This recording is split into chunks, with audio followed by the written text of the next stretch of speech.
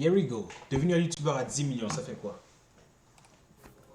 Bonjour mes grosses rémentées océaniques. D'ailleurs à ce propos, Gustave va lui aussi devenir un très gros poisson de YouTube. Un gros poisson, c'est-à-dire? Bah un youtubeur quoi. Hein. Je veux dire, en fait, Gustave va goûter ce que c'est d'avoir 10 millions d'abonnés. Après, s'il est d'accord bien sûr, hein, parce que ça doit pas être facile, hein, ça doit être dur à vivre. Hein? Ouais, bon, en vrai, tu m'étonnes qu'il accepte. Ça paraît quand même cool d'être suivi par 10 millions de personnes. Peut-être que vous aussi... C'est quand même énorme ça, hein? 10 millions de personnes qui te suivent. 10 millions de personnes. Vous allez penser que c'est le passeport pour la vie de rêve, avec une liberté totale, plein d'argent, plein d'amis, plein de dames qui veulent faire des enfants avec vous. Le kiff quoi. D'ailleurs, je vous partagerai mes propres chiffres par rapport à mes abonnés et l'argent que je fais sur YouTube. Ça fait très longtemps que j'en ai pas parlé, donc ce sera l'occasion. Et cette vidéo a été écrite pour rentrer en résonance avec le tout premier roman fantastique que j'écris, Le Médaillon d'Orion. Et là vous vous dites, mais quel est le rapport? Le rapport, quel est le rapport? Et bien justement, Orion, c'est une sorte de youtubeur qui vient d'atteindre ses 10 millions d'abonnés. Et pour ces 10 millions d'abonnés, en fait, eh bien du coup, il a lancé une énorme vidéo où il va recruter un ou une abonnée pour lui faire vivre une aventure hors du commun. Et nous suivons Ariane, qui est juste ici, qui va créer elle aussi sa chaîne YouTube. Et du coup, bah, pour Ariane, tout ne va pas se passer du tout comme elle l'imaginait. Voilà, si vous avez l'habitude en fait de regarder des vidéos plus que de lire, sachez que c'est un roman hyper illustré, qu'il y a une bande sonore en plus, qui fait que du coup, c'est un roman qui est enrichi et qui pourrait ressembler un peu à un film d'une certaine manière. Bref, j'en reparle à la fin de la vidéo. Mais en vrai, est-ce vraiment Il a l'air cool. idyllique d'être un énorme youtubeur à 10 millions d'abonnés? 10 millions. Gustave va-t-il mettre longtemps à en devenir un et à quel prix? Parce qu'en termes de prix, justement, ça c'est le trophée que j'ai eu des 1 million d'abonnés. Je l'ai un peu personnalisé, quoi, on va dire. Eh bien voilà, on va voir tout ça et j'y glisserai aussi des anecdotes personnelles, que bon, bah du coup j'ai un peu d'expérience dans le milieu. C'est parti, être un youtubeur à 10 millions d'abonnés, ça fait quoi? 10 millions! Ouh! Zéro abonné. Il faut commencer par le début, 0 abonné. Et là, évidemment, c'est normal, il n'a pas encore créé de contenu. Et d'ailleurs, premièrement, il va falloir trouver un concept de chaîne YouTube. Et là, en la matière, bah écoute, Gustave, t'as l'embarras du choix. Bah en tout cas, bon choix pour YouTube, c'est quand même une bonne plateforme. Elle est très bien installée, puisque c'est ni plus ni moins le deuxième site le plus utilisé au monde, avec 35 milliards de visites par mois. Voilà, c'est à peu près 4 fois plus qu'il y a d'humains sur Terre, hein, pour la petite info. Et c'est quoi le site le plus visité du monde? Google. Bah, c'est la halle aux chaussures. C'est rigolo. Non, c'est Google en fait, avec 93 milliards de visites mensuelles. En même temps, c'est aussi la maison mère de YouTube, donc bon bah... Ah, vous voyez que Gustave ne perd pas de temps. Je vois qu'il a déjà créé sa chaîne YouTube, qui a un nom très chouette, qui s'appelle Gustave, le cobaye gaming. Très bon nom, Gustave. Enfin, ça aurait pu être pire, hein. Ça aurait pu s'appeler, je sais pas, Cyprien Gaming par exemple. Gustave le cobaye gaming, 0 abonné. Alors oui, je sais, 0 abonné toujours. Alors bon, Gustave, t'inquiète, même avec des noms de chaîne un peu pourris, on peut percer. Tu vois, par exemple, Ariane, donc ta nièce, elle a trouvé comme nom de chaîne le fil d'Ariane. Tu vois, finalement, ça va. Au début, c'est une galère monstrueuse pour pouvoir gagner ne serait-ce que quelques abonnés. Et tu risques d'ailleurs de publier pas mal de vidéos en récoltant en fait l'indifférence générale avant que ça commence peut-être à percer. D'ailleurs, selon les estimations et en moyenne, il faudra publier régulièrement durant 15 mois, plus d'1 an, pour atteindre le premier millier d'abonnés. Donc t'inquiète si tu fais tes calculs au début. Moi je sais que par exemple... Moi j'ai pris je pense 3-4 mois avant d'atteindre le premier millier d'abonnés. 3-4 mois. 15 mois, donc ça c'est 1 an et... 1 an et 3 mois. Quand j'avais créé ma chaîne YouTube, je m'étais mis en objectif d'avoir 1000 abonnés. Et comme ça, quand j'avais 1000 abonnés, je les indiquerais sur mon CV et ça pouvait être un petit élément pour que les recruteurs fassent attention à moi et me recrutent. Quoi. Du coup, quand j'ai eu 1000 abonnés, j'ai mis plus d'1 an justement à les atteindre. Ah, j'étais tout content, je l'avais mis sur mon CV, ça n'a jamais servi. Hein. Bon, bah voilà Gustave, après toi t'es dans le gaming. Mais en tout cas, voilà, fais des bonnes vidéos, trouve un angle original, ne fais pas comme tout le monde et surtout, fais-en beaucoup. La quantité, ça paye, autant que la qualité. D'ailleurs, n'hésite pas à en parler aussi autour de toi. Les abonnés ne viennent pas comme par magie. Surtout sur YouTube maintenant où c'est quand même plus difficile. Moi par exemple à mes débuts du coup je n'avais pas de remords, j'allais sur les chaînes d'autres créateurs et quand une vidéo parlait d'un sujet que j'avais fait en vidéo, eh bien je disais aux gens d'aller voir ma vidéo et comme ça je gagnais un abonné par-ci par-là. Ah je bataillais comme un cochon quoi. 1000 abos. Et là c'est bon, il vient d'avoir la barre des 1000 abonnés. Alors ça paraît long mais il est plus rapide que la moyenne. Et oui, ça prend du temps, car la concurrence est très très rude. 30 000 heures de vidéos sont ajoutées sur YouTube toutes les heures, ce qui représente 720 000 heures par jour et 5 millions d'heures par semaine. Et Gustave ne publie que 20 minutes de vidéos par semaine. Donc voilà, 5 millions d'heures d'un côté, 20 minutes de l'autre. Bah, du coup, les vidéos de Gustave sont une aiguille dans une botte de foin. Une bonne grosse botte de foin, tu vois. Après, il faut se dire quand même que l'algorithme de YouTube derrière est quand même assez doué pour pouvoir dénicher des pépites, mais ça peut mettre du temps. Ce que va faire l'algorithme, c'est que du coup, quand vous commencez à être vaguement visible, eh bien, il va soumettre votre vidéo à un panel de personnes. Et si ce panel répond bien, qui cliquent sur la vidéo parce que ça leur a donné envie, qui vont la voir longtemps, eh bien, du coup, l'algo va le suggérer à d'autres panels de gens, et ça de plus en plus. Et c'est pour ça que même si vous avez très peu d'abos, vous pouvez avoir des vidéos qui font des millions de vues. Après, vous êtes quand même en concurrence féroce avec des millions d'autres personnes. Et au tout départ, quand vous avez très peu de gens qui vous suivent, l'algo, il va pas trop prendre la peine de suggérer votre vidéo. Par exemple, Ariane, elle aussi, du coup, eh bien, dans le roman, elle met un temps faramineux justement pour pouvoir avoir des vues. Vu comme ça, même faire 300 vues, c'est très cool. Oui, au début, c'est quand même beaucoup. 300 vues, on se dit, waouh, ça remplit quand même une grande salle, quoi. Du coup, c'est vraiment... Ben oui, c'est énorme. Quand on y pense, 300 vues, 300 personnes qui ont vu ta vidéo, frère. On les met tous dans une salle, c'est énorme, frère. Hein? C'est énorme. En tout cas, moi, quand je vois j'ai une vidéo à 1000, 2000 vues, je suis content, hein. Je suis content, hein. Je me plais pas. Je me plais pas. Pas qu'on progresse. Hein? Et là, du coup, arrive un moment important pour Gustave. Avec ses 1000 premiers abonnés, eh bien, théoriquement, il pourrait monétiser ses vidéos. Bon, après, il faudrait aussi avoir un certain nombre d'heures visionnées. Donc, admettons, Gustave les a. Et bien, à partir de là, du coup, il peut cocher la monétisation sur ses vidéos. Voilà. Et donc, du coup, si elles sont safe, que du coup, il va pas mettre de cul dedans, il va pas prononcer des mots interdits. Enfin, bref, du coup, qu'elles soient très YouTube friendly, elles peuvent être monétisées. Par contre, Gustave, calme-toi, tu vas pas faire des millions avec ça. Hein. Si tu as des vidéos qui durent un peu comme les miennes, 10-15 minutes, tu peux espérer à peu près 3 € pour 1000 vues. Mais je vous reparlerai justement de mes chiffres plus tard. Après, Gustave, il charbonne quand même. Là, il sort 2 vidéos par semaine, c'est quand même un bon rythme parce qu'il y a quand même l'idée à trouver, le tournage de la vidéo, le montage, la publication, créer des miniatures.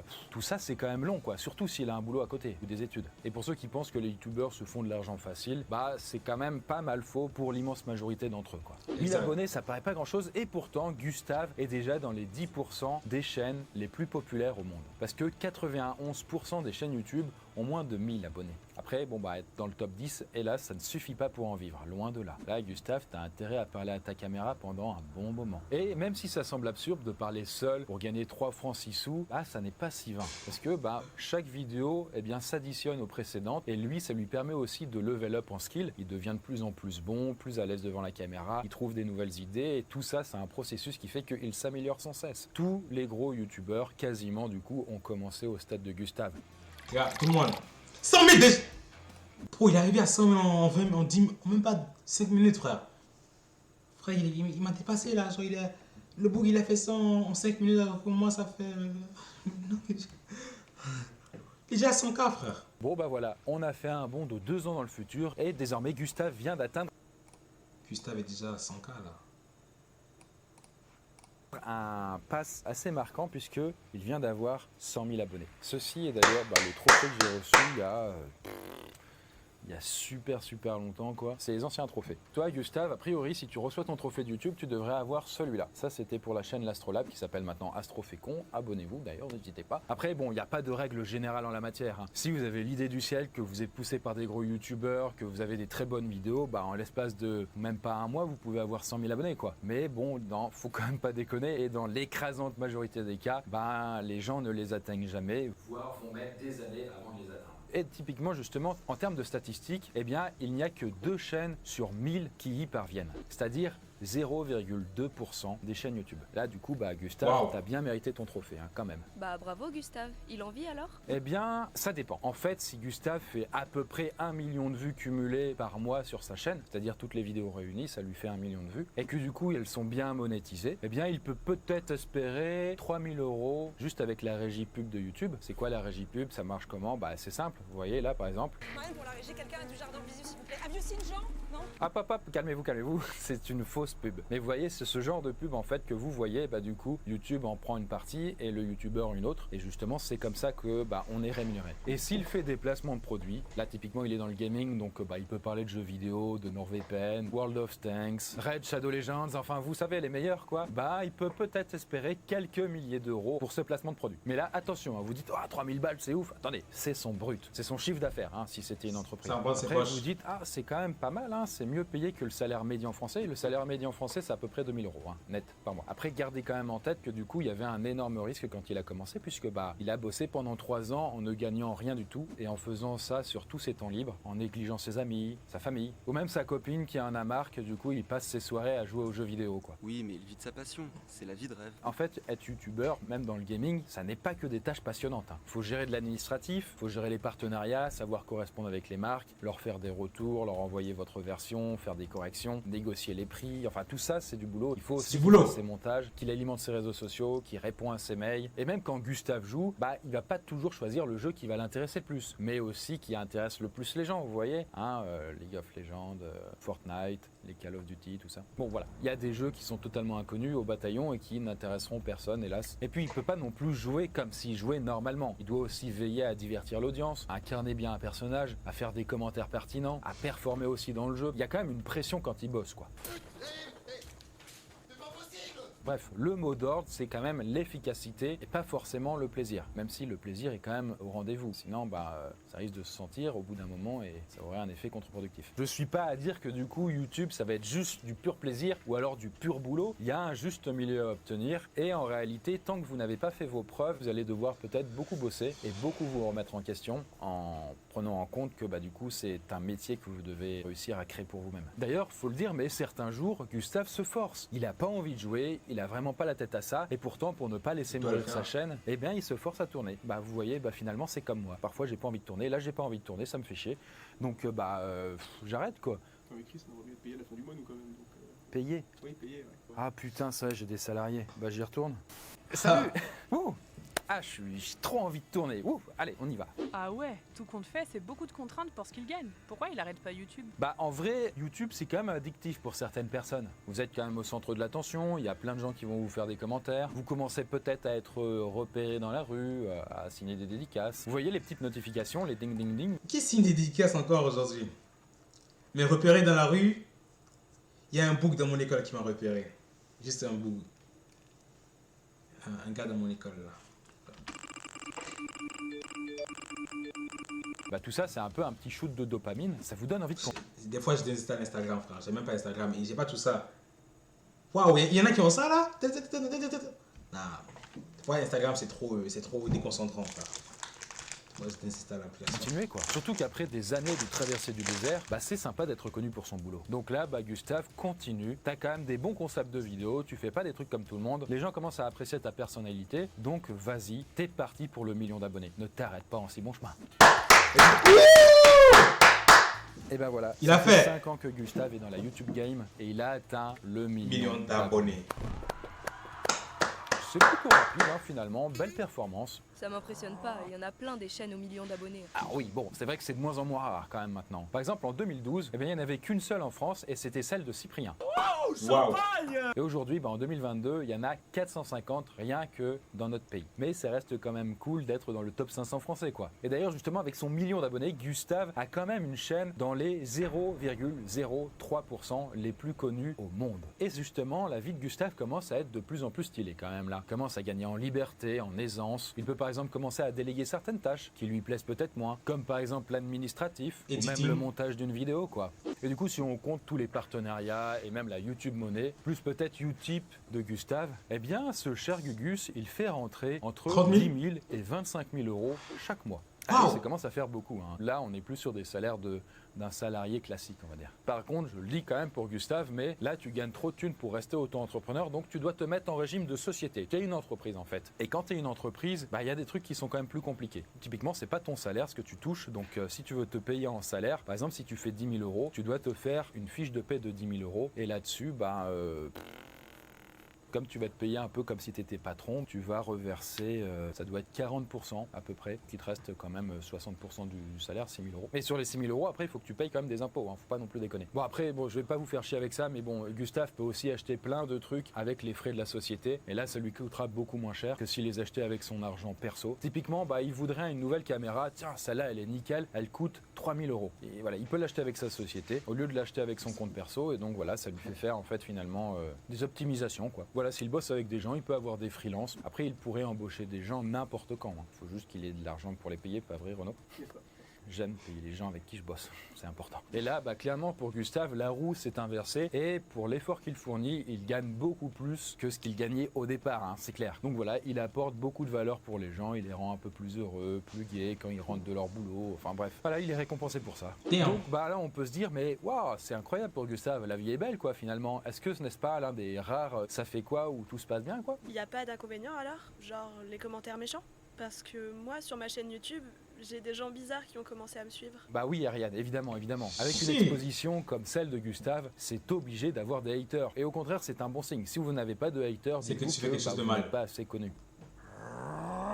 C'est pas agréable, mais en fait, Gustave réussit à gérer ça de mieux en mieux. Et d'ailleurs, avec le recul et les années qui passent, il lit de moins en moins les commentaires. Au bout d'un moment, ça devient un peu la routine, quoi, d'une certaine manière. Mais en revanche, l'un des gros stress de Gustave, c'est qu'il est aussi dépendant de l'algorithme. Certes, il va essayer de faire des bonnes vidéos, mais si l'algorithme se met à changer, Gustave peut se mettre à stresser. Il va avoir de moins en moins de vues. Quand on voit que les choses baissent, qu'on a de moins en moins de succès, on commence à stresser, on commence à être malheureux. Donc il faut essayer sans cesse de se renouveler et aussi de croiser les doigts pour ne pas devenir has-been. Et oui, car contrairement à un médecin, un notaire ou un ingénieur, Gustave évolue dans un milieu professionnel dérégulé. Il n'y a pas de barrière à l'entrée pour être youtubeur. Bref, même avec beaucoup d'abonnés, Gustave doit se battre pour son succès. Il n'a par exemple aucune garantie qu'il va rester au sommet comme ça pendant longtemps. Parce qu'en réalité, il y a plein de chaînes YouTube qui, même en atteignant 1 million d'abonnés, finissent par disparaître. Du coup, Gustave, je te conseille de ne pas non plus passer un temps fou avec tes fans et de ne pas baisser de rythme. Damn! 10 millions! Voilà, ça y est, ce qui devait arriver arrive. Là, il fait sûrement du 50 à 100 000 par mois. Voire plus. Là, du coup, Gustave n'est pas mort, mais il vient d'atteindre. Du coup, c'est super bizarre qu'il faut annoncer, mais non, il a 10 millions d'abonnés, quoi. Bon, c'est bien, c'est énorme, Gustave. Après, là, je sais pas ce que ça fait puisque je les ai pas encore. Et là, Gustave fait mieux que 99,999% des chaînes YouTube. Et il est aujourd'hui la 4e chaîne YouTube de France en nombre d'abonnés. Et son rang mondial, c'est quoi? Du coup, au niveau du rang mondial, c'est forcément moins bien, hein, c'est logique, mais Gustave serait à la 1000e place. Par comparaison, Squeezie, qui a quand même encore plus d'abonnés que lui, est seulement 342e dans le rang mondial. Et attendez, si vous voulez vraiment un gros chiffre, là, la plus grosse chaîne YouTube au monde, c'est T-Series, avec presque 230 millions d'abonnés. La deuxième, c'est MrBeast, récemment. Ensuite, là, il y a PewDiePie. Et là, je sais pas. N'importe quoi. Après, c'est pas des youtubeurs qu'il y a derrière, c'est pas du contenu qui est forcément fait pour la plateforme. Bref, c'est quand même très différent. Mais le véritable youtubeur avec le plus d'abonnés, c'est désormais MrBeast et pendant un long moment, ça a été PewDiePie. Par contre, Gustave n'est pas non plus à plein de niveaux de thunes, hein. Il a d'autres problèmes dans la vie. Parce que là, typiquement, avec 10 millions d'abonnés, tout dépend évidemment du nombre de vues que vous faites, mais il pourrait espérer avec une chaîne YouTube qui marche bien 100 000 euros par mois. Ce qui lui fait donc logiquement plus d'1 million d'euros de chiffre d'affaires par an. D'ailleurs, Gustave... Waouh! Fait du 100 000 euros par mois. Ça, c'est énorme. D'ailleurs, Gustave a maintenant sa boutique. Désormais, il a même créé sa boutique de fringues, de merch et compagnie, qui fait que ça va gonfler d'autant plus ses chiffres. Mais là encore, il est encore petit par rapport à d'autres grands youtubeurs internationaux. Comme par exemple MrBeast, dont j'ai déjà parlé, avec ses 100 millions d'abonnés, et qui gagnerait, lui, de son côté, 5 millions de dollars par mois. Non mais attends, moi je galère avec ma chaîne. Comment il fait tonton pour gagner autant? Du coup, ton oncle Gustave, comment il fait? Il y a quand même une part de chance d'avoir trouvé en fait ce qui va fonctionner. Mais il y a aussi beaucoup de tests qu'il a fait. Il a testé plein de formats. Il a regardé si ça marchait et si ça marchait, il est persévéré. Et puis du coup, il était aussi très régulier. Il faisait beaucoup de vidéos. Il était aussi très chaleureux dans ses vidéos pour faire comme si c'était un pote. Bref, il y a plein d'aspects qui font que du coup, il en est là aujourd'hui. Regardez par exemple la chaîne de Joyka, de Michou ou même Mastu, par exemple pour des chaînes très connues. Ces personnes personnes-là, justement, elles ont compris l'ADN. On a l'impression d'être proche d'eux, ils ont un côté très abordable, ils ont une façon de parler aussi qui est très actuelle, on va dire. Et tout ça contribue à faire en sorte que du coup, les gens auront envie de regarder leurs vidéos à eux plutôt que celles de quelqu'un d'autre. Et ça marche. Par exemple, moi de mon côté, c'est un peu différent puisque déjà c'est une chaîne, on va dire, éducative. Donc en apprenant des choses aux gens, on n'est pas tout à fait dans le pur divertissement. Et donc mais il les mélange. Ma personnalité compte un peu moins que celle d'autres personnes. Gustave, si sa personnalité est nulle, les gens ne verront pas ses vidéos. Et donc c'est du qui tout double. Ok, merci beaucoup pour les conseils, Chris. Et toi, combien tu gagnes? Moi, Ariane, justement, je dirais qu'il gagne entre 30... Allez, vas-y, entre... Il fait à peu près 30 000 € par mois. Le dire comme je vous l'avais promis. Donc là, pour vous le dire, du coup, on est en novembre. Et là, voilà, on peut le voir. Sur les 28 derniers jours, j'ai fait... J'avais raison, frère. J'avais raison. Ah, ça c'est énorme. Waouh! C'est 8,4 millions. Justement, je vais te le dire comme je vous l'avais promis. Donc là, pour vous le dire, du coup, on est en novembre. Et là, voilà, on peut le voir. Sur les 28 derniers jours, j'ai fait 8,4 millions de vues sur la chaîne Poisson Fécond. Et du coup, en termes de revenus, on est à 34 000 €. Du coup, ça fait 2,50 € pour... Waouh, ça c'est incroyable. 2,50 € pour 1000 vues. Waouh, attends, ça veut dire que si quelqu'un fait à peu près... Waouh. En termes de revenus, on est à 34 000 €. Du coup, ça fait 2,50 € pour 1000 vues. Alors, je me suis fait démonétiser des vidéos, machin. Mais attention, j'ai 15 employés à payer qui bossent avec moi. 15!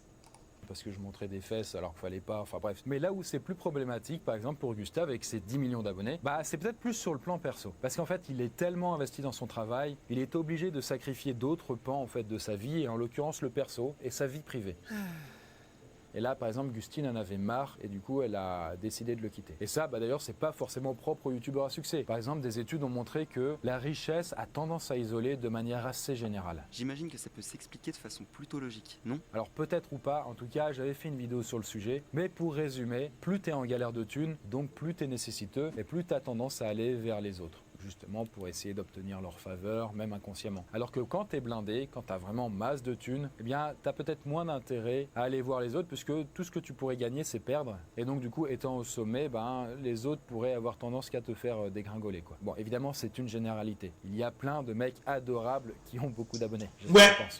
Je pense ouais. Mais en tout cas clairement c'est ni le travail ni la richesse de Gustave qui va l'aider dans ses relations. Après bien sûr le fait d'être youtubeur, d'avoir 10 millions d'abonnés, ça l'aide en fait et ça lui ouvre énormément de portes. Les filles sont beaucoup plus réceptives quand il va se mettre à parler, même si elles voient ses dents jaunes, parce que il est connu, parce que il a de l'argent, parce que du coup il est au sommet de la hiérarchie sociale. Et tout ça, c'est cool. Par contre, on est plus suspicieux. On a plus tendance. Alors c'est du faux, frère. C'est pas du vrai. À être méfiant avec les autres puisqu'on n'est pas sûr de leurs véritables intentions. Et d'où le fait que certains youtubeurs auront tendance à tomber dans la déprime, comme par exemple Mastu, Antoine Daniel ou même Arthur Moza, tous ont fait une dépression à leur manière. Et ça du coup c'est aussi devenu une difficulté pour Gustave. Surtout si il continue à faire en grande partie tout seul et qu'il ne s'est pas entouré avec des gens qui vont l'aider dans le quotidien. Des monteurs, des gens qui vont lui trouver des idées, qui vont l'aider à réaliser ses vidéos. S'il fait tout seul, du coup il va surtravailler, il pourrait faire un burn-out et ça pourrait mettre capote sa chaîne. Hein? Oui. Ok. Par exemple, être reconnu dans la rue, ça peut être amusant les premières fois, mais au bout d'un moment, on commence aussi par l'intégrer à notre quotidien et se dire que c'est normal. Voire même que c'est peut-être un peu ennuyant, un peu embêtant, surtout dans les moments où on n'a pas envie, peut-être avec sa famille, peut-être quand on a un pack de papier cul sous le bras. Et comme l'a résumé Brad Pitt, la célébrité, ça vous fait sentir en permanence comme une fille passant devant des ouvriers du bâtiment. Par exemple, Megan Fox en a une description encore plus négative, parce que selon elle, la célébrité revient à se faire harceler par des millions de personnes en permanence. Après, c'est un niveau de notoriété qui est encore au-dessus. En tout cas, c'est pour ça que Gustave a pris l'habitude de sortir le moins possible de chez lui. Et qu'il a toujours aussi une casquette et puis des lunettes de soleil.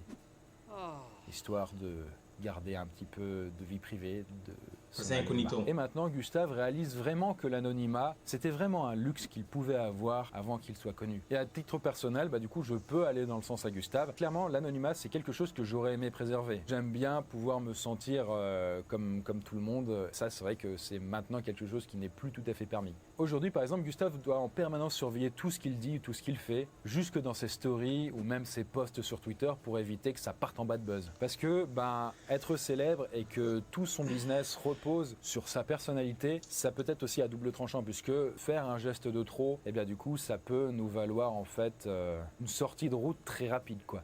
Mais après, Gustave n'est pas non plus à plaindre, hein. Ça c'est plutôt des problèmes de riches et de gens célèbres, parce que, comme je vous l'ai dit, il est pété de thunes. Après, est-ce qu'il a vraiment besoin d'autant d'argent? Quand on sait par exemple qu'une étude a montré que le bonheur était capé à peu près à 5 000 € par mois, clairement Gustave là dépasse largement toutes les attentes. Après, il faut les atteindre les 5 000 balles. Que Gustave gagne plus ou qu'il soit encore plus célèbre ne va pas contribuer à son bonheur ou à son bien-être. Tout ça, ce serait juste un peu d'ego en plus. Bref, la vie de Gustave peut ressembler à un rêve à plein d'égards, mais il peut aussi, sans s'en rendre compte, devenir l'esclave de son succès et de YouTube. Tout dépend des décisions de Gustave. En tout cas, ce n'est pas tout d'avoir de la notoriété ou même de la thune pour être heureux, parce que avoir le choix ne suffit pas, il faut aussi savoir faire les bons. Damn! Ah ouais, ça c'était une bonne vidéo. Ça c'était une bonne vidéo. De Poisson Fécond. Ouais. Ça c'était une bonne vidéo. No cap.